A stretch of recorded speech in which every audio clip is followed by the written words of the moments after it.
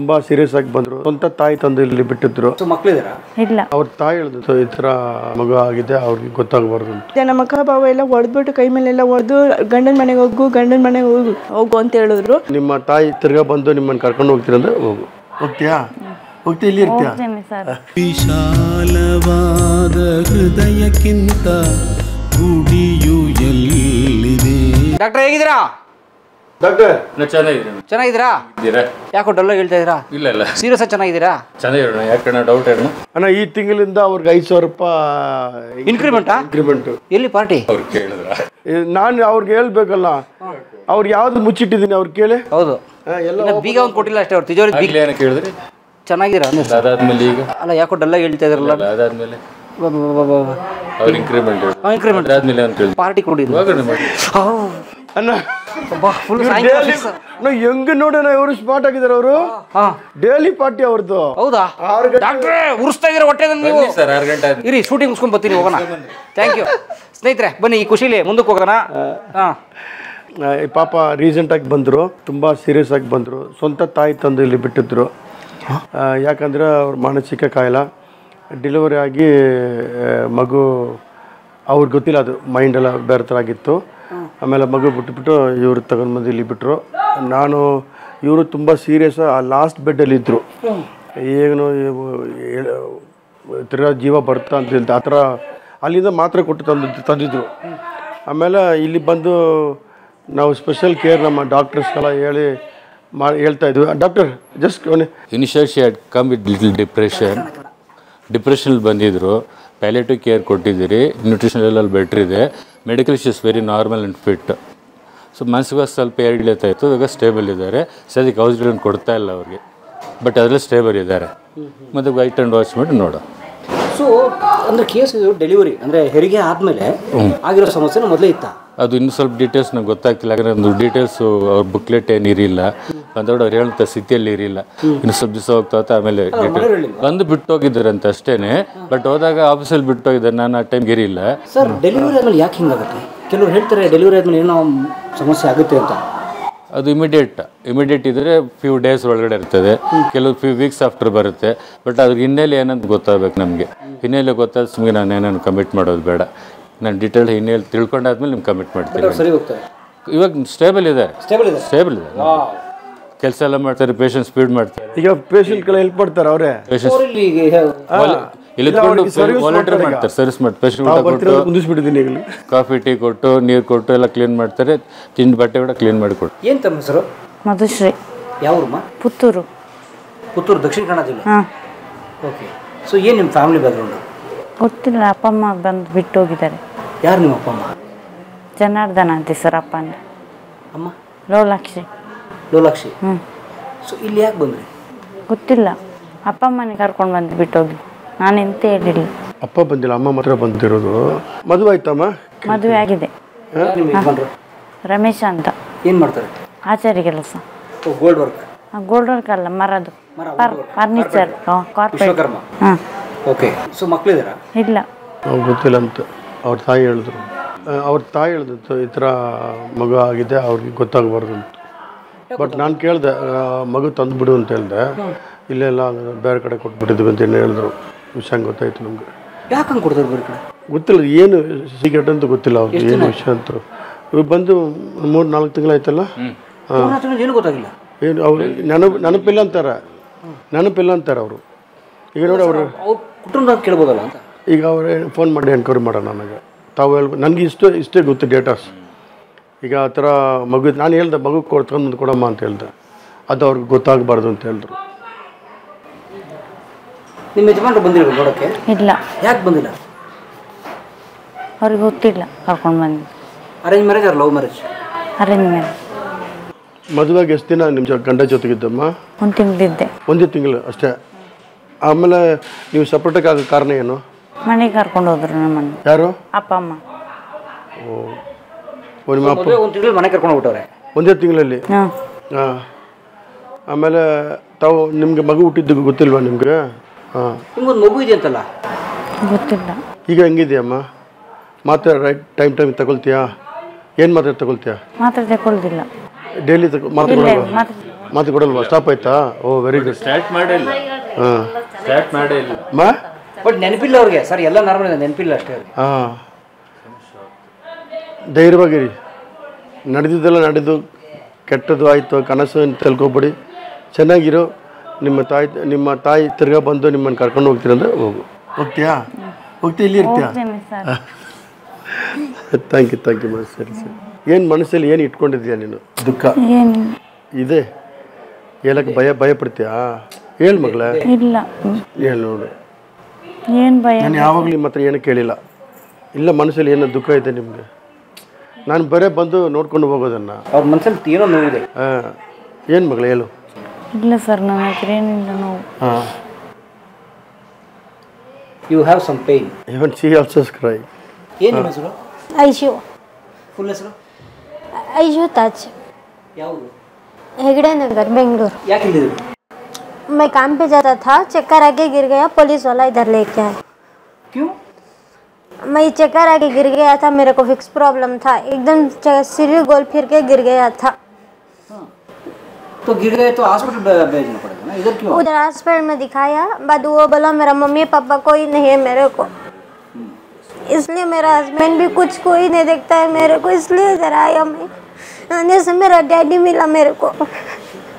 कितना साल हुआ इधर आके 1 मंथ होता है. कितने? अम्मा पापा इधर? अब मम्मी पापा नहीं है, कोई नहीं. कोई नहीं? क्या हुआ? मम्मी पापा छोटे में ही मर गया.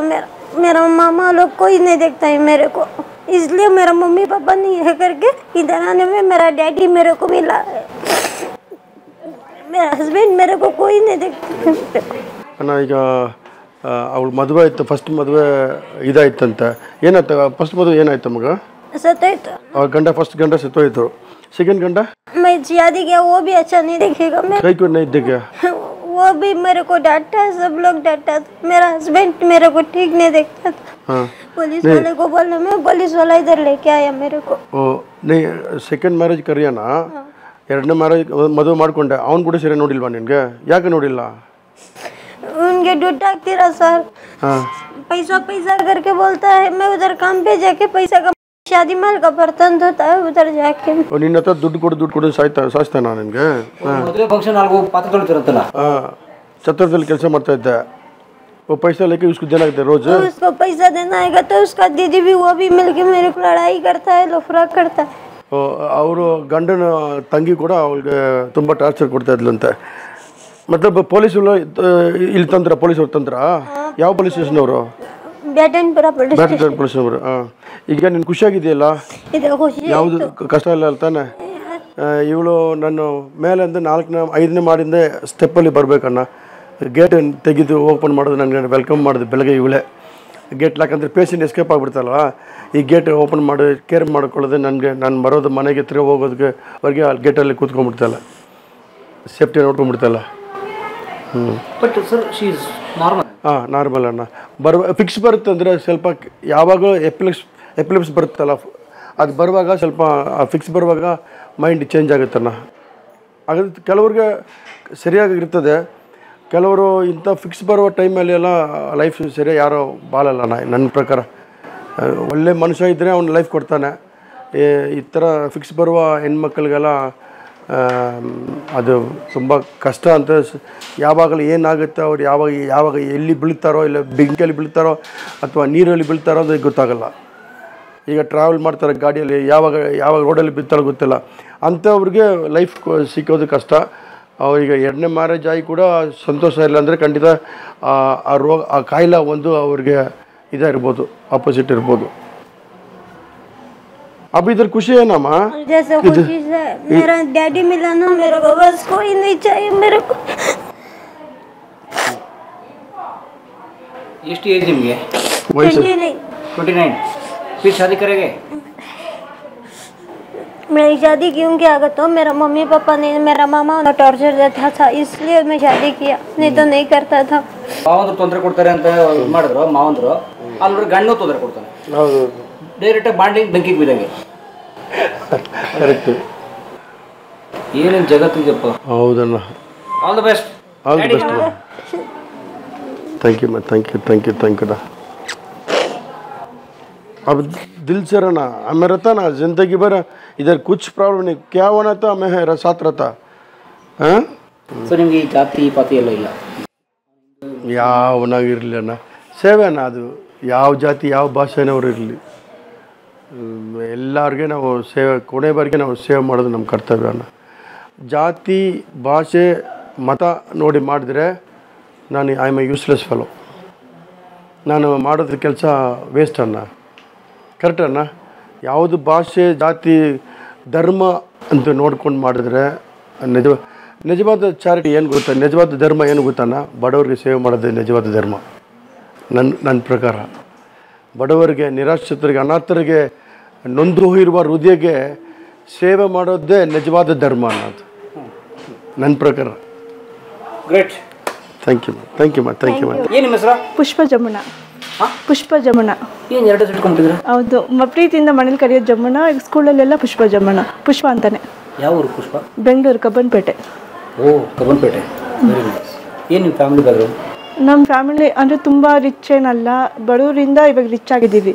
ಮನೆಯೆಲ್ಲ ಕಟ್ಸಿದ್ದೀವಿ ಕಬ್ಬನ್ಪೇಟೆಯಲ್ಲಿ, ದುಡ್ಡೆಲ್ಲ ಇದೆ, ಇವಾಗೆಲ್ಲ ಆಸ್ತಿ ಒಡವೆ ಎಲ್ಲ ಇದೆ, ಇವಾಗೇನು ತೊಂದರೆ ಇಲ್ಲ. ಮೊದಲು ತುಂಬ ಕಷ್ಟ ಇತ್ತು, ಓದೋಕ್ಕೆಲ್ಲ ಪ್ರಾಬ್ಲಮ್ ಇತ್ತು. ಅದಕ್ಕೆ ನಾನು ಕನ್ನಡ ಮೀಡಿಯಮ್ ಓದಿದೆ, ಸರ್ಕಾರಿ ಸ್ಕೂಲಲ್ಲಿ ಮನೋಬ್ ಪಾರ್ಕಲ್ಲಿ ಓದಿದೆ, ಮೈಸೂರು ಬ್ಯಾಂಕು. ಕಾಲೇಜು ಅಲ್ಲೇ ಮುಗಿಸ್ದೆ, ಸೆಕೆಂಡ್ PUC. ಆಮೇಲೆ ಆ್ಯನಿಮೇಷನ್ ಮಾಡಿದೆ. ಹೌದು, ಕಂಪ್ಯೂಟರು ಆ್ಯನಿಮೇಷನ್, ಗ್ರಾಫಿಕ್ ಡಿಸೈನರ್ ಅದು ಮಾಡಿದೆ. ಅದು ಕಂಪ್ಲೀಟ್ ಮಾಡೋಕ್ಕಾಗಿಲ್ಲ, ಕಷ್ಟ ಬಂದುಬಿಡ್ತು. ಮನೆಯಲ್ಲಿ ತುಂಬ ಓಡಾಡೋಕ್ಕೆ ಹೋಗಿ ಬಸ್ಗೆ ದುಡ್ಡು ಇರಲಿಲ್ಲ, ಚಾರ್ಜ್ ಕೊಡೋಕ್ಕೆ ಇರಲಿಲ್ಲ, ತುಂಬ ಕಷ್ಟ ಬಂದುಬಿಡ್ತು. ಅದಕ್ಕೆ ಬಿಟ್ಬಿಟ್ಟೆ. ಇವಾಗ ಕಂಟಿನ್ಯೂ ಮಾಡೋಣ ಅಂತ ಆಸೆ ನನಗೆ, ಇನ್ನೂ ಓದಬೇಕು, ಕಂಪ್ಯೂಟರಲ್ಲಿ ಏನಾದರೂ ಹೆಸರು ಮಾಡಬೇಕು ಅಂತ ಆಸೆ ನನಗೆ. ಮಾಡಿದೆ ತಾವು ಇಟ್ಕೊಳ್ಳೋಣ ತಮ್ಮ ಸ್ಟುಡಿಯೋಗೆ. ಹೋಗ್ತೀಯಾ? ಖಂಡಿತ. ಇಲ್ಲಿಂದ ಕಳ್ಸಿದ್ರು ನಾನು ಅಲ್ಲಿಂದ ಬಂದು ಕ್ಲಾಸ್ ಮುಗಿಸಿ ಇಲ್ಲಿ ಬರ್ತೀನಿ. ಸರಿ ಅಮ್ಮ, ಸರಿ. ಡ್ಯಾಡಿಗೆ ಒಳ್ಳೆ, ಡ್ಯಾಡಿ ನಮ್ಮನ್ನು ತುಂಬ ಚೆನ್ನಾಗಿ ನೋಡ್ಕೊತಾರೆ. ಇಲ್ಲಿ ಬಂದು ಎಷ್ಟು ದಿನ ಆಯ್ತು? ಇಲ್ಲಿ 3 ವರ್ಷ ಆಯಿತು. ಏನು ಮಾಡ್ತಾ ಇದ್ದಾರೆ ಇಲ್ಲಿ? ಇಲ್ಲಿ ನಾನೇನು ಮಾಡ್ತಾ ಇಲ್ಲ, ಯಾಕಂದರೆ ನನಗೆ ಗೆಡ್ಡೆ ಇದೆ. ಇಲ್ಲಿ ಆಪ್ರೇಷನ್ ಆಯಿತು PS ಆಸ್ಪತ್ರೆಯಲ್ಲಿ, ಯೂನಿವರ್ಸಿಟಿ ಬ್ಯಾಂಗ್ಳೂರ್ ಆಸ್ಪತ್ರೆಯಲ್ಲಿ ಆಪ್ರೇಷನ್ ಆಯಿತು. ತುಂಬ ಪ್ರಾಬ್ಲಮ್ ಇತ್ತು, ಕೈಗೆಲ್ಲ ಏನೂ ತೆಗಿಯೋಕ್ಕಾಗ್ತಿರ್ಲಿಲ್ಲ. ಅದಕ್ಕೆ ನಮ್ಮ ಅಕ್ಕ ನೋಡಿ ಕಂಪ್ಯೂಟರ್ ಕ್ಲಾಸ್ಗೆ ಹಾಕಿದ್ದು ನನ್ನ ಆ್ಯನಿಮೇಷನ್ಗೆ. ನನಗೇನು ಕೆಲಸ ಮಾಡಿಸ್ತಿರ್ಲಿಲ್ಲ ನನ್ನ ಕೈಲಿ, ಮನೆಯಲ್ಲಿ ಆಗಲಿ ಎಲ್ಲೇ ಆಗಲಿ. ತುಂಬ ಚೆನ್ನಾಗಿ ನೋಡಿಕೊಂಡು ನನ್ನ ಮಾತ್ರ ಪ್ರೀತಿಯಿಂದ. ಇಲ್ಲಿಗೆ ಯಾಕೆ ಬಂದ್ರಿ? ಇಲ್ಲಿಗೆ ಪೊಲೀಸವ್ರು ಕರ್ಕೊಂಬಂದುಬಿಟ್ರು. ಯಾಕೆ? ಹಸ್ಬೆಂಡ್ ಮನೇಲಿದ್ದೆ, ಆವಾಗ ಮದುವೆ ಆಗಿದೆ ನನಗೆ. ಹಸ್ಬೆಂಡ್ ದೊಮ್ಸಂದ್ರ. ಯಾವ ವರ್ಷ ಮದುವೆ? 21 10/10/21. ಕೋವಿಡ್ ಆದಮೇಲೆ? ಕೊರೋನಾ ಮುಗಿದ್ಮೇಲೆ? ಅದು ಮುಂಚೆನೆ. ಸೊ ಕೊರೋನಾ ಟೈಮಲ್ಲಿ ಮದುವೆ ಆಗಿದ್ದೀರಾ? ಹೌದು. ಸೊ ಯಾಕೆ ಮತ್ತೆ ಯಾಕೆ ಬಂದ್ರಿ ಮದುವೆ ಆದಮೇಲೆ? ಮದುವೆ ಆದಮೇಲೆ ಮನೇಲಿ ನಮ್ಮ ಅಕ್ಕ ಬಾವ ಮನೆಗೆ ಯಜಮಾನ್ರು ಅಮ್ಮ ಮನೇಲಿ ಒಂದು ವಾರ ಇದ್ಬಿಟ್ಟು ಬಾ ನೀನು ಅಂತೇಳಿ ಕಳಿಸಿದ್ರು ನನ್ನ. ಅವಾಗ ಮನೇಲಿದ್ದೆ. ನಮ್ಮ ಅಕ್ಕ ಬಾವ ಎಲ್ಲ ಹೊಡೆದ್ಬಿಟ್ಟು ಕೈ ಮೇಲೆಲ್ಲ ಹೊಡೆದು ಗಂಡನ ಮನೆಗೆ ಹೋಗು ಅಂತ ಹೇಳಿದ್ರು. ನಾನು ಗಂಡನ ಮನೆಗೆ ಹೋಗಿದೆ. ನಾನು ರೋಡಲ್ಲಿ ಹತ್ಕೊಂಡು ಕೂತ್ಕೊಂಡಿದ್ದೆ. ಪೊಲೀಸವ್ರು ಯಾಕೆ ಮೇಲೆ ಕೂತಿದ್ಯಾ ಅಂತ ಕೇಳಿದ್ರು. ಈಗ ನಮ್ಮ ಮನೆ ನಮ್ಮ ಮಾವ, ನಮ್ಮ ಅಕ್ಕ ಗಂಡ ಮಾವ ಅಂದರೆ ಬಾವ ಅಂತ ಕರಿತೀನಿ ನಾನು. ಮಾವ ಅನ್ನಲ್ಲ. ಅಕ್ಕನ ಉಷಾ ಅಂತ ಕರಿತೀನಿ, ಅಕ್ಕ ಅಂತ ಕರಿಯಲ್ಲ. ಅದಕ್ಕೆ ಅವ್ರನ್ನ ನಾನು ಹಿಂಗೆ ಹೊಡೆದ್ಬಿಟ್ಟು ಪೊಲೀಸವ್ರೆ ಅಂತ ಹೇಳಿದೆ ನಾನು. ಅದಕ್ಕೆ ಪೊಲೀಸವರು ನೀನು ಬೆಳಗ್ಗೆ ಎದ್ದು ಬೇಗ ಹೊಟ್ಟೋಗಮ್ಮ, ಮನೆಗೆ ಎಲ್ಲೂ ಯಾರ ಕೈಗೂ ಸೇರ್ಕೊಂಬೇಡ, ಮನೆಗೆ ಸೇರ್ಕೊಂಬಿಡು ಬೇಗ ಬೆಳಗ್ಗೆ ಎದ್ದು ಅಂತ ಹೇಳಿದ್ರು. ನೈಟೆಲ್ಲ ಅಲ್ಲೇ ಇದೆ, ರೋಡಲ್ಲೇ ಕಲ್ ಮೇಲೆ ಮಲ್ಕೊಂಡಿದ್ದೆ ಊಟ ಮಾಡಿಕೊಂಡು. ಅವರು ಪಕ್ಕದ ಮನೆ ಅವ್ರು ಕೊಟ್ಟಿದ್ದು ಊಟನ. ಅಷ್ಟು ಕಷ್ಟಪಟ್ಟಿದ್ದೀನಿ ನಾನು. ಅದಕ್ಕೆ ಪೊಲೀಸವರು ಬೆಳಿಗ್ಗೆನೇ ನನ್ನ ಪೊಲೀಸ್ ಸ್ಟೇಷನ್ ಕರ್ಕೊಂಡೋಗಿ ಸಾಯಂಕಾಲದವರೆಗೂ ಅಲ್ಲೇ ಇರಿಸ್ಕೊಂಡು ಹಾಸ್ಪಿಟ್ಲಿಗೆ ಕರ್ಕೊಂಡೋಗಿ ಇವ್ಳಿಗೆ ಹುಷಾರಿಲ್ಲ ನೋಡ್ಕೊಬೇಕು, ಯಾರನ್ನ ಸೈಲೆಂಟ್ ಪ್ಲೇಸಲ್ಲಿ ಬಿಡ್ರಿ, ಗಲಾಟೆ ಇರೋ ಜಾಗದಲ್ಲಿ ಬಿಡಬೇಡಿ, ಇವಾಗ ಮನೇಲಿ ಕಷ್ಟ ಇದೆ, ಗಲಾಟೆ ಇದೆ, ಬೇಡ, ಸ್ವಲ್ಪ ದಿನ ಎಲ್ಲನ ಆಚೆ ಕಡೆ ಪ್ರೈವಸಿ ಆಗಿರೋ ಜಾಗದಲ್ಲಿ ಬಿಡಿ ಅಂತೇಳಿ ಪೊಲೀಸವರು ನನ್ನ ಇಲ್ಲಿ ಕರ್ಕೊಂಬಂದು ಆಟರಾಜ ಡ್ಯಾಡಿಗೆ ಒಪ್ಪಿಸಿ. ಜಾಣಣ್ಣ ಇದ್ದರು, ಡ್ಯಾಡಿ ಇರಲಿಲ್ಲ. ಜಾಣಣ್ಣಗೆ ಒಪ್ಪಿಸಿ ಸ್ವಲ್ಪ ನೋಡ್ಕೊಳ್ಳಿ ಹುಷಾರಾಗಿ ಅಂತ ಒಬ್ಬರು ಲೇಡೀಸ್ ಪೊಲೀಸು, ಒಬ್ಬರು ಜೆಂಟ್ಸ್ ಪೊಲೀಸು ಇಬ್ಬರು ಬಂದು ಜಾಣಣ್ಣಗೆ ಒಪ್ಪಿಸಿ. ಡ್ಯಾಡಿ ಇರಲಿಲ್ಲ, ಜಾಣಣ್ಣಗೆ ಒಪ್ಪಿಸಿ ಸ್ವಲ್ಪ ನೋಡ್ಕೊಳ್ಳಿ ಹುಷಾರಾಗಿ, ಕಾಯಿಲೆ ಇದೆ ಈ ಹುಡುಗಿಗೆ ಅಂತೇಳಿ ಒಪ್ಪಿಸಿ ಹೋದ್ರು. ಇದುವರೆಗೂ ಬಂದಿಲ್ಲ, ನನ್ನ ಹತ್ರ ಮಾತಾಡಿಲ್ಲ ಪೊಲೀಸವರು. ಯಾಕೆ ಅಂತ ಗಂಡ ಮನೇಲಿದ್ದಾರೆ, ಅವ್ರಿಗೆ ಗೊತ್ತು ಇಲ್ಲಿರೋದು, ನಮ್ಮ ಮನೆಯವ್ರಿಗೂ ಗೊತ್ತು ಇಲ್ಲಿರೋದು ನಾನು, ಆದರೂ ಬಂದಿಲ್ಲ, ನಾನು ಮಾತಾಡ್ಸಿಲ್ಲ. ಕೋಪ, ನಾನು ಮನೆ ಬಿಟ್ಟು ಬಂದ್ಬಿಟ್ಟೆ ಅಂತ. ಮನೆಗೆ ಬಿಟ್ಟು ಬಂದ್ರಿ? ಅದು ಹಿಂಗೆ ಹೊಡೆದ್ರಲ್ಲ, ನಾನು ಹೊಡೆದಿದ್ದಕ್ಕೆ ಕೋಪಕ್ಕೆ ಬಂದೆ. ಹೊಡೆದ್ಬಿಟ್ಟು ಜೋರ ಕೋಳಲ್ಲೆಲ್ಲ ತಪ್ಪ ಕೋಳಲ್ಲೆಲ್ಲ ನಮ್ಮ ಮಾವ ನಮ್ಮ ಅಕ್ಕ ಇವರೇ ನನ್ನ ಸೇರಿಸ್ಕೊಂಡಿದ್ದು. ಈ ಜಾಣ ಏನಾಗಿದೆ ಸರ್ ಇವ್ರಿಗೆ? ಅದೇ ನಾವು ಫೋನ್ ಮಾಡಿದ್ವಿ ಮನೆಗೆ, ಅವ್ರಿಗೆ ಉತ್ತರ ಕೊಡಲ್ಲ, ರೆಸ್ಪಾನ್ಸ್ ಮಾಡಲ್ಲ. ಅಲ್ಲೇ ಇರಲಿ ಬಿಡು ಒಂಥರ ಮಾತಾಡ್ತಾರೆ. ನಮ್ಮನೇಲಿ ರೆಸ್ಪಾನ್ಸ್ ಮಾಡಲ್ಲ ಯಾರಿಗೂ.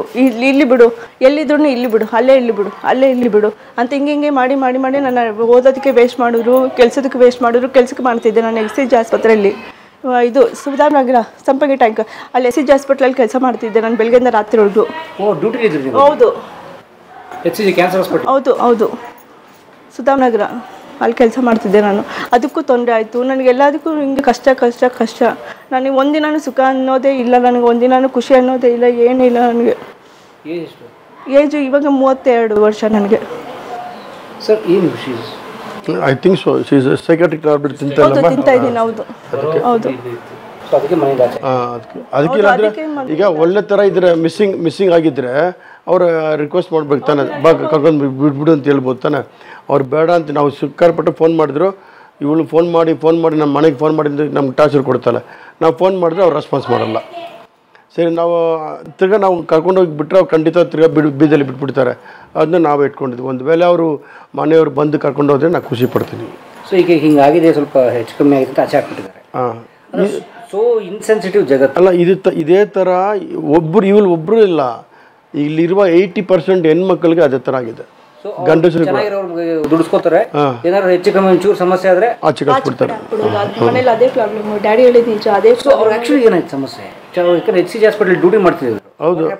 ಹೌದು ಅದೇ ಹಂಗಾಗಿ ರೋಡಲ್ಲಿ ಅವ್ರು ಯಾರೋ ಹೊಡೆದಿದ್ದಾರೆ ಅಂತ ಮನೆಗೆ ಬಂದಿದ್ದಾರೆ, ರೋಡ್ ಬಂದಿದ್ದಾರೆ. ನನಗೆ ಇಲ್ಲಿ ಹೊಡೆದಿದ್ದಾರೆ.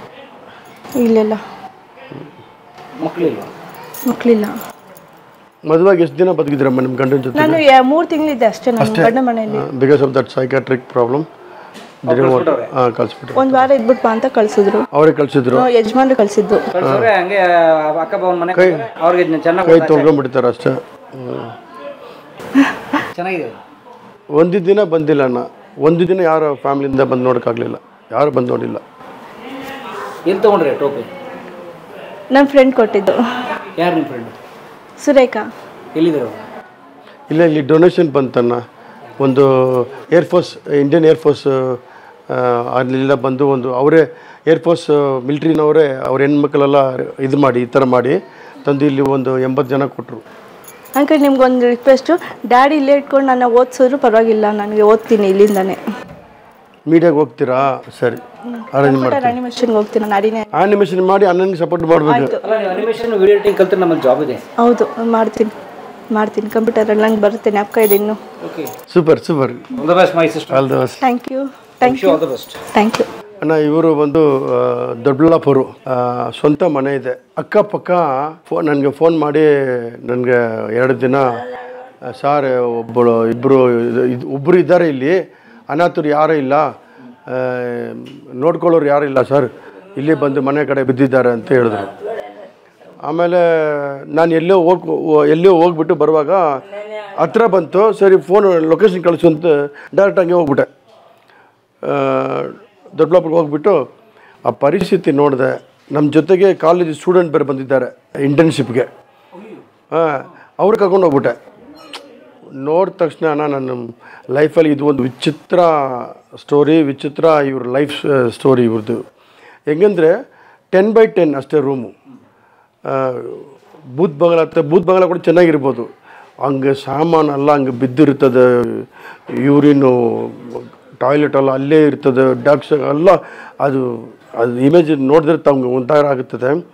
ಅದು ಏನಂದರೆ ರಾತ್ರಿಯಲ್ಲಿ ಇದು ಒಂದು ಸೇರಿ ಮಗ ಏನಾಗಲ್ಲ, ಇದು 2 ಕಾಲು ದೊಡ್ಡ ಈಗನೆ ಕಚ್ಚಿ ಶಾರ್ಟ್ ಆಗ್ಬಿಡ್ತು ನೋಡಿ. ಇದು 2 ಕಾಲು ಕಚ್ಚಿ ಅವಳು ಎದ್ದಲಕ್ಕಾಗಲ್ಲ, ಕೋಲ್ ಇಟ್ಕೊಂಡಿರ್ತಲ್ಲ, ಅದು ಕಚ್ಚಿ ಬಿಡೋದಿಲ್ಲಂತೆ ಬಾಯಿ, ಆ ರಕ್ತ ಎಲ್ಲ ಹಂಗೆ ಎಳ್ಕೊಂಡಿರ್ತದಂತ. ಎಗ್ನ ದೊಡ್ಡ ಎಗ್ನ ಅದು ಹಂಗೆ ಕಚ್ಕೊಂಡಿತ್ತು. ಎದ್ದಲಕ್ಕಾಗಲ್ಲಣ್ಣ. ನನಗೆ ಕೆಲ್ಸಕ್ಕೆ ಹೋಗ್ತಾ ಇದ್ದೆ, ನಾನು ಆರಾಮಾಗೇ ಇದ್ದೆ, ನನಗೇನು ಪ್ರಾಬ್ಲಮ್ ಇರಲಿಲ್ಲ, ಹುಷಾರಿರಲಿಲ್ಲ ನನಗೆ ಯಾರು ನನ್ನ ಅನಾಥ ಎಲ್ಲ ನನಗೆಲ್ಲರೂ ಇದ್ದಾರೆ. ಬಟ್ ನಂಗೆ ಚೀಟ್ ಮಾಡಿದ್ದಾರೆ ನಮ್ಮ ರಿಲೇಷನಲ್ಲೇ. ಅದಕ್ಕೋಸ್ಕರ ನನ್ನ ಬಾಡಿಗೆ ನಾನು ಯಾರನ್ನೂ ಮಾತಾಡ್ತಾ ಇರಲಿಲ್ಲ, ಏನೂ ಇಲ್ಲ. ನನ್ನ ಕೆಲಸ ಏನೋ ನಾನೇನೋ ನಂದು ಎಜುಕೇಷನ್ ಮಾಡಿದ ಮೇಲೆ ನಾನು ಯಾರನ್ನೂ ಮಾತಾಡ್ಸಿಲ್ಲ. ಏಕೆಂದರೆ ಕೆಲವೊಂದು ಪ್ರಾಬ್ಲಮ್ ಇದೆ, ನಾನು ಏನೂ ಇದು ಮಾಡೋಕ್ಕಾಗಿಲ್ಲ. ಹೇಳ್ಬೇಕು ಅಂದರೆ ನಮ್ಮ ತಂದೆ ತೀರೋಗಿದ್ದಾರೆ. ನನ್ನ ತಂದೆ ಚಿಕ್ಕ ವಯಸ್ಸಲ್ಲೇ ತೀರೋಗಿದ್ದಾರೆ. ನಮ್ಮ ತಾಯಿ ನನ್ನ ಜೊತೆಗಿರಲಿಲ್ಲ. ನಾನು ನಮ್ಮ ಚಿಕ್ಕಪ್ಪ ದೊಡ್ಡಪ್ಪರ ಜೊತೆಲೇ ಇದ್ದೀನಿ. ಅವ್ರು ನನ್ನ ಮನೆ ಕೊಟ್ಟಿದ್ದಾರೆ ಒಂದು ಚಿಕ್ಕದು. ಆ ಮನೆಯಲ್ಲೇ ನನ್ನ ಎಜುಕೇಷನ್ ಆದಮೇಲೆ ನಾನು ಕೆಲಸಕ್ಕೆ ಹೋಗ್ಕೊಂಡು ಇದ್ದೆ. ಒಂದು ಸರಿ ಹುಷಾರಿರಲಿಲ್ಲ, ಮಲ್ಕೊಂಡ್ಬಿಟ್ಟೆ. ಹೀಗೆ ಮಲ್ಕೊಂಡಾಗ ಮಳೆ ಕಂಟಿನ್ಯೂಸ್ಲಿ ಮಳೆ ಬರ್ತಾಯಿತ್ತು. ಆಮೇಲೆ ಇವತ್ತು ಎದ್ದೋಳೋಣ ನಾಳೆ ಎದ್ದೋಳೋಣ ಅಂತಂದ್ಬಿಟ್ಟು ಕೆಲಸಕ್ಕೆ ಹೋಗೋಣ ಅಂತಂದ್ಬಿಟ್ಟು ಇದು ಮಾಡ್ತಾಯಿದ್ದೆ. ಆಗ ಎದ್ದೋಳಕ್ಕಾಗಲಿಲ್ಲ. ಆವಾಗ ಅಕ್ಕಪಕ್ಕದವರು ಜಾಸ್ತಿ ಅಷ್ಟೊಂದು ನಾನು ಯಾರನ್ನೂ ಮಾತಾಡೋಕೆ ಹೋಗಲ್ಲ, ನಾನೇನೋ ನನ್ನ ಕೆಲಸ ಏನೋ ಆ ಟೈಪಲ್ಲಿದ್ದೆ.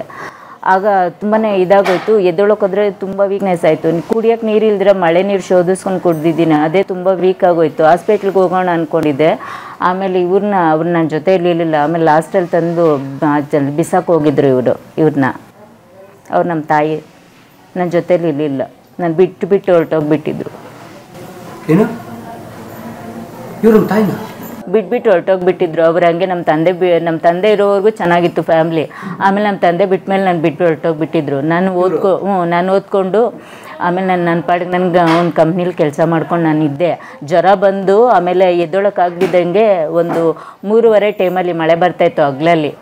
ಆಗ ಇಲ್ಲಿಗ್ಲೂ ಹಿಂಗೆ ಮಲ್ಕೊಂಡಿದ್ದೆ. ನನಗೆ ಹುಷಾರಿರಲಿಲ್ಲ, ಊಟ ಇರಲಿಲ್ಲ, ತುಂಬ ಸುಸ್ತಾಗಿ ವೀಕ್ ಆಗಿಬಿಟ್ಟಿದ್ದೆ. ಅದು ಒಂದು ಯಜ್ಞ ಬಂದುಬಿಟ್ಟು ಹಿಂಗೆ ಕಚ್ಚುತ್ತಾ ಇತ್ತು. ಅಯ್ಯೋ ಅಂತಂದ್ರೂ ಆ ಮಳೇಲಿ ಯಾರೂ ಬರಲಿಲ್ಲ. ಕೋಲ್ ತೊಗೊಂಡು ಹೊಡೆದ್ರೂ ಬಿಟ್ಟಿಲ್ಲ. ಒಳಗಡೆ ಫುಲ್ ಹಿಂಗೆ ಬಾಯಿ ಹಾಕಿ ಇಟ್ಕೊಂಡ್ಬಿಟ್ಟಿತ್ತು. ಬಿಡು ಅಂದರೆ ಹಿಂಗೆ ಹಾಕಿ ಹಿಂಗೆ ಕಲ್ ತೊಗೊಂಡು ಹೊಡೆದ್ರೂ ಅದು ಬಿಟ್ಟಿಲ್ಲ. ತಿರ್ಗಾ ಮಲ್ಕೊಂಡಿದ್ರೆ ನಮ್ಮ ಮನೇಲಿ ಒಂದು ಟೈಮ್ ಇತ್ತು, ಗಡಿಯಾರ ಇತ್ತು. ನೋಡಿದ್ರೆ 6:30 ಆಗಿತ್ತು. ಈ ಬೆರಳು ಹಾಕಿ ಬಾಯಿ ಹಾಕ್ಬಿಟ್ಟಿತ್ತು. ಮತ್ತೆ ಹತ್ಕೊಂಡು ನೀನು ಹಂಗೆ ಮಲ್ಕೊಂಡಿದ್ದೆ. ಹಿಂಗೆ 3 ಡೇಸ್ ಇದ್ದಾಗ 6 ಮಂತ್ ಹಿಂಗೆ ನಾನು ತುಂಬಾ ವೀಕ್ ಆಗಿಬಿಟ್ಟಿದ್ದೆ, ಊಟ ಇಲ್ದಿರ. ಜ್ವರ ಬಂದುಬಿಟ್ಟು ಹಂಗೆ ಮಲ್ಕೊಂಡಿದ್ದೆ. ಆಮೇಲೆ ನಮ್ಮ ಮನೆ ಹತ್ರ ಇರೋನು ಫೋನ್ ಮಾಡಿದ್ರು. ಫಸ್ಟ್ ಟೈಮ್ ಇವ್ರು ಬಂದಾಗ ನಾನು ಭಯ ಆಗಿತ್ತು, ಎಲ್ಗೋ ಕರ್ಕೊಂಡು ಹೋಗ್ತಾರೆ ಅಂತ. ತುಂಬ ಹಠ ಮಾಡಿ ಇವ್ರಿಗೆ ಅರ್ಥ ಮಾಡಿದೆ. ನಾನು ತುಂಬ ಹತ್ಕೊಂಡ್ಬಿಟ್ಟು ಎಲ್ಲಿ ಕರ್ಕೊಂಡು ಹೋಗ್ತಾರೆ ಅನ್ಕ ನಾನು ಬರಲ್ಲ ಅಂತಂದ್ಬಿಟ್ಟು. ಯಾಕೆಂದ್ರೆ ನಾನು ಇಲ್ಲೇ ಸತ್ತೋಗ್ತೀನಿ ಹಂಗೆ ಹಿಂಗೆ ಅಂತ. ಯಾಕೆಂದರೆ ಎದ್ದೊಳಕ್ಕೆ ಇರಲಿಲ್ಲ, ನನಗೆ ಊಟನೂ ಇರಲಿಲ್ಲ, ನನಗೆ ಪ್ರೆಗ್ನೆನೂ ಇರಲಿಲ್ಲ. ನಾನು ಏನು ಆಗ್ತೀನೋ ಗೊತ್ತಿಲ್ಲ. ನಾನು 2 ಡೇಸ್ ಬಿಟ್ಟಿದ್ರೆ ನಾನು ಬದುಕ್ತೀನಿ ಅನ್ನೋ ಇದು ಒಂದು ಭರವಸೆನೂ ಇರ್ತಾ ಇರಲಿಲ್ಲ. ಆ ಟೈಮಲ್ಲಿ ಇವ್ರು ಬಂದರು. ನಾನು ಇವ್ರಿಗೆ ಹೇಳಬೇಕು, I am really grateful to you sir ಅಂತ. ಅವ್ರ ಹೆಸರು ಏನು ನನಗೆ ಗೊತ್ತಿಲ್ಲ, ಬಟ್ ಬಿಕಾಸ್ ನನಗೆ ಚೆನ್ನಾಗಿ ನೋಡ್ಕೊಂಡಿದ್ದಾರೆ ಅವರು. ಇಲ್ಲಿ ಬಂದಾಗೆ ಗೊತ್ತಾಯಿತು, ಇಲ್ಲಿ ತುಂಬ ಜನ ಫಿಸಿಕಲಿ ಮೆಂಟಲಿ ಜನ ಇದ್ದಾರೆ. ಅವ್ರನ್ನೆಲ್ಲ ತುಂಬ ಚೆನ್ನಾಗಿ ಕೇರಿಂಗ್ ಆಗಿ ನೋಡ್ಕೊತಿದ್ದಾರೆ. ಡಾಕ್ಟ್ರು ಅಷ್ಟೇ, ಇಲ್ಲಿನೂ ಅಷ್ಟೇ. ಇವ್ರನ್ನ ನೋಡಿ ಇಲ್ಲ ಸರ್, ನನ್ನ ಮದುವೆ ಇಲ್ಲ. ನಮ್ಮ ತಾಯಿ ಸರಿಯಿಲ್ಲ, ನಾನು ಬಿಟ್ಟು ಹೋಗಿದ್ದಾರೆ. ಯಾರು ಮಾಡ್ತಾರೆ ನನಗೆ ಮದುವೆ? ಅವ್ರ ತಾಯಿ ಸ್ವಂತ ತಾಯಿ ಆಚೆ ಇದ್ರು, ಮನೆ ಇವ್ರು ಒಳಗಡೆ ಇದ್ದರು. ಮನೆ 10x10. 10x10. ಇವ್ರ ಮನೆ ಆಚೆ ಬಾತ್ರೂಮ್ ಇದೆ. ಆ ಬಾತ್ರೂಮಲ್ಲಿ ಬೇಸಿನ್ ಇಲ್ಲ. ಹಂಗೆ ಕೂತ್ಕೊಂಡು ಅಲ್ಲಿ ಯೂರಿನ್ ಮೋಷನ್ ಎಲ್ಲ ಅಲ್ಲೇ ವಾಸನೆ ಅಲ್ಲೇ. ಇವ್ರಮ್ಮ ನಿಮ್ಮ ತಾಯಿ ಇನ್ನು ಒಳಗಡೆ, ಇವ್ರ ಮಾತ್ರ ಆಚೆ ಇರೋದು, ಇವ್ರು ಒಳಗಡೆ ಇರೋದು. ಅದು ಬಹುಶಃ ಅದು ದೃಷ್ಟಿ ನೋಡಿದ್ರನ ನಮ್ಮ ಹೃದಯ ಕರ್ಗೋಗುತ್ತೆ. ಅಷ್ಟು ಮನೆ ಫುಲ್ ಅರ್ಧ ಶೀಟ್ ಫುಲ್ ಓಪನ್ನು. ಮಳೆ ಬಂದರೆ ಖಂಡಿತ ನೇರ ಮನೆ ಒಳಗಡೆ ಎಲ್ಲ ನೀರು ಬರೋದು. ಫುಲ್ಲ ನೀರು ಯಾವುದು ಕಪ್ಪು ಕಲರ್ ಕೆರೆ ಥರ ಇತ್ತು ಒಳಗಡೆ ಮನೆ ರೂಮಲ್ಲಿ. ನನ್ನ ಹತ್ರ ವಿಜುವಲ್ ಇದೆ. ಅಂಥ ಪರಿಸ್ಥಿತಿ. ಮೇನ್ ಪ್ರಾಬ್ಲಮ್ ಅಂದರೆ ಅಕ್ಕಪಕ್ಕ ಇರೋರೆಲ್ಲ ಇವ್ರ ರಿಲೇಷನ್ ಅಂತ. ಸ್ವಂತ ರಿಲೇಷನು. ಯಾರು ಆವಾಗ ನಾನು ಎತ್ಕೊಂಡು ಬರುವಾಗ ಒಬ್ಬರು ಕೂಡ ನನ್ನ ರಿಲೇಷನ್ ಹೇಳಿಲ್ಲ, ಒಬ್ಬರು ಕೂಡ ಇಲ್ಲ. ಅವ್ರ ರಿಲೇಷನ್ ಎತ್ಕೊಂಡು ಬಂದೆ ನನ್ನ ಜೊತೆಗೆ. ಹೇಳಿಲ್ಲ ನನ್ನ ರಿಲೇಷನ್. ಆಮೇಲೆ ಬರುವಾಗ ಫೋನ್ ಮಾಡುವಾಗ ನಮ್ಮ ದೂರದ ರಿಲೇಷನ್ ಅಂತ ಹೇಳ್ತಾರೆ. ಅದು ಇವಳು ಫುಲ್ಲ ಸತ್ಯ ಹೇಳ್ಬಿಟ್ಲು. ಅಲ್ಲಿರೋರೆಲ್ಲ ನಮ್ಮ ಚಿಕ್ಕಪ್ಪ ಫೋಟೋ ತೊಳ್ತಾರೆ. ಯಾರು ರೆಸ್ಕ್ಯೂ ಮಾಡುವಾಗ ಯಾರೆಲ್ಲ ಇದ್ರು, ಇವ್ನು ಅವನ ಚಿಕ್ಕಪ್ಪ ಮಗ, ಅವನ ದೊಡ್ಡಪ್ಪ ಮಗ ಅಂತ ಎಲ್ಲ ಹೇಳಿದ್ರು. ಆದರೆ ಈಗ ಮನೆ ಇದೆಯಾ ಅಂತ ಗೊತ್ತಿಲ್ಲ, ಅವರು ಇಟ್ಕೊಂಡಿದ್ದಾರೆ ಅಂತ ಗೊತ್ತಿಲ್ಲ, ಏನಾಯಿತು ಗೊತ್ತಿಲ್ಲ. ಆದರೆ ಇವ್ರು ಹೇಳ್ತಾರೆ, ನಮ್ಮ ಮನೆ ನಾನು ತಿರ್ಗಾಲಿ ಹೋಗಲ್ಲ, ನಾನು ಹೊಡೆದ್ರೆ ನಾನು ಸಾಯಿಸ್ಬಿಡ್ತಾರೆ ನಮಗೆ ಅಂತ ಹೇಳ್ತಾರೆ. ಅದು ಏನು ಗೊತ್ತು, ಯಾಕಮ್ಮ ಹಿಂಗೆ ಈ ಪರಿಸ್ಥಿತಿಗೆ ಬಂತು? ಅದೇ ಸರ್ ಹೇಳಿದ್, ನಮ್ಮ ತಾಯಿ ನನ್ನ ಜೊತೆಲಿ ಇರಲಿಲ್ಲ ಅಲ್ವಾ. ಇರಲಿಲ್ಲ ಅಂದರೆ ನೀವು ಬದುಕ್ಬೋದಲ್ಲ. ನಾನು ಬದುಕ್ತಾ ಇದ್ನಲ್ಲ, ಹುಷಾರಿರಲಿಲ್ಲ, ಈ ಥರ ಆಯಿತು ಸರ್. ನನಗೆ ಬೇರೆ ಇನ್ನೇನು ನನ್ನ ಕಾಯಿಲೆ ಎಲ್ಲ ಮೆಂಟಲಿ ಇದೆಯೋ ಆ ಥರದ್ದೇನಿಲ್ಲ. ನಾನು ಕರೆಕ್ಟಾಗಿ ಇದ್ದೀನಿ. ನನಗೆ ಹುಷಾರಿಲ್ದಿರ ಈ ಥರ ಆಗಿ ಜ್ವರ ಬಂದು ಈ ಥರ ಆಗಿದ್ದಿತ್ತು. ನಾನು ಬಿಟ್ಬಿಟ್ಟು ಹೊರಟೋಗ್ಬಿಟ್ಟಿದ್ಲು. ಎಲ್ಲಿ ಹೋದ್ರೋ ಗೊತ್ತಿಲ್ಲ. ನೀವು ಬರ್ತೀರಾ ಅನ್ನೋ ಒಂದು 2 ಡೇಸಲ್ಲಿ 2 ಡೇಸ್ ಬ್ಯಾಕಲ್ಲಿ ಅವಳು ಬಂದಿರೋದು. ಬಂದ್ಬಿಟ್ಟು ಯಾರೋ ಬಿಸಾಕ್ ಹೋಗಿರೋ ಚರಂಡಿ ಹತ್ರ. ಆಮೇಲೆ ತಂದು ನಮ್ಮ ಮನೆ ಇದ್ರ ವಾಶ್ರೂಮ್ ಹತ್ರ ಬಿಸಾಕಿತ್ತು ಅವ್ರಲ್ಲ. ನಡೆಯಕ್ಕೆ ಆಗಲ್ಲ. ಇಲ್ಲ ಸರ್, ಯಾರು ಅವ್ರು ನಡೆಯಕ್ಕೆ ಆಗಲ್ಲ.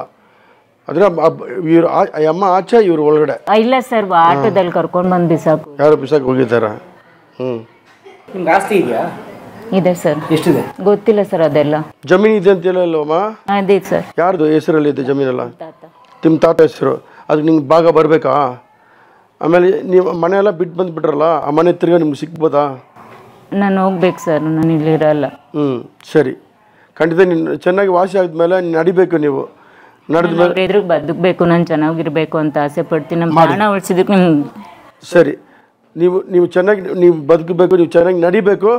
ಯಾವಾಗ ಹೋಗೋಣ ಅಂತ ಹೇಳ್ತೀರಾ ಅವಾಗ ಹೋಗೋಣ. ಆದರೆ ನಿಮ್ಮ ತಾಯಿ ಖಂಡಿತ ಹೋಗಲ್ಲ. ನಮ್ಮ ತಾಯಿ ರಿಲೇಷನ್ ಚೆನ್ನಾಗಿದ್ದಾರೆ ಸರ್. ಅವ್ರ ತಮ್ಮ ಪ್ರಿನ್ಸಿಪಲ್. ಸರಿ, ಒಬ್ಬರು ಬಂದು ನೋಡಿದ್ರೆ ನೋಡಿ, ನಾನು ತಗೊಂಡು ಬಂದು ನಿಮ್ಗೆ 2 ತಿಂಗಳಾಯ್ತಲ್ಲ ಬಂದು, 2-3 ತಿಂಗಳಾಯ್ತು. ಅವ್ರು ಯಾರು ಬಂದಿಲ್ಲ. ಅವ್ರ ಕಾಂಟ್ಯಾಕ್ಟ್ಸ್ ಇಲ್ಲ ಸರ್. ಫೋನ್ ನನ್ನ ಹತ್ರ ಇದೆ. ಇಲ್ಲ, ನನ್ನ ಹತ್ರ ಇದೆ. ಅಲ್ಲ, ನಮ್ಮ ತಾಯಿ ರಿಲೇಷನ್ ಅವರು. ದೊಡ್ಡಬಳ್ಳಾಪುರ ಕೌನ್ಸಿಲರ್. ದೊಡ್ಡಬಳ್ಳಾಪುರ ಅಲ್ಲ ಸರ್. ಯಾರು? ದೊಡ್ಡಬಳ್ಳಾಪುರ ಅಲ್ಲ ಸರ್, ನಮ್ಮ ತಾಯಿ ರಿಲೇಷನ್ ಬಗ್ಗೆ. ಅದು ಬಿಡಮ್ಮ, ದೊಡ್ಡಬಳ್ಳಾಪುರದಲ್ಲಿ ಇದ್ದೆ. ದೊಡ್ಡಬಳ್ಳಾಪುರದಲ್ಲಿ ನಾನಿದ್ದೆ. ಇದ್ದೆ ತಾನೆ. ಅವ್ರು ಅವಾಗ ಕೌನ್ಸಿಲರ್ ಬಂದು ನಾವರ ಎತ್ತು ಕಳಿಸಿದ್ರು ನಮಗೆ. ಕೌನ್ಸಿಲರು ಅವ್ರ ನಿಮ್ಗೆ ಇನ್ಫಾರ್ಮ್ ಮಾಡಿರೋದು? ಕೌನ್ಸಿಲರ್ ಅವ್ರ ಜನ ಕರ್ಕೊಂಡು ಹೋಗ್ರಿ ಅಂತ. ಆದರೆ ಇಷ್ಟುವರೆಗೆ ಯಾರು ಫೋನ್ ಮಾಡಿಲ್ಲ ಅಣ್ಣ. ಇಷ್ಟು ಮಟ್ಟಿಗೆ ಯಾರು ಅವ್ರ ರಿಲೇಷನ್ ಯಾರು ಫೋನ್ ಮಾಡಿಲ್ಲ. ಥ್ಯಾಂಕ್ ಯು ಅಮ್ಮ. ನಾನಿರುವುದು ನಿಮಗಾಗಿ, ನಾಡಿರುವುದು ನಮಗಾಗಿ. ನಾನು ಆಟೋ ರಾಜ, ಡಿಜಿಟಲ್ ಭಿಕ್ಷಕ. ನಾನು ಭಿಕ್ಷೆ ಬೇಡ್ತೀನಿ, ನನಗಾಗಲ್ಲ. ನನ್ನಲ್ಲಿರುವ 800 ಜನ ಅನಾಥರು, ನಿರಾಶ್ರಿತರು, ಅಂಥ ಜನಕ್ಕಾಗಿ ನಾನು ಭಿಕ್ಷೆ ಬೇಡ್ತೀನಿ. ದಯವಿಟ್ಟು ನನಗೆ ಸಹಾಯ ಮಾಡಿ.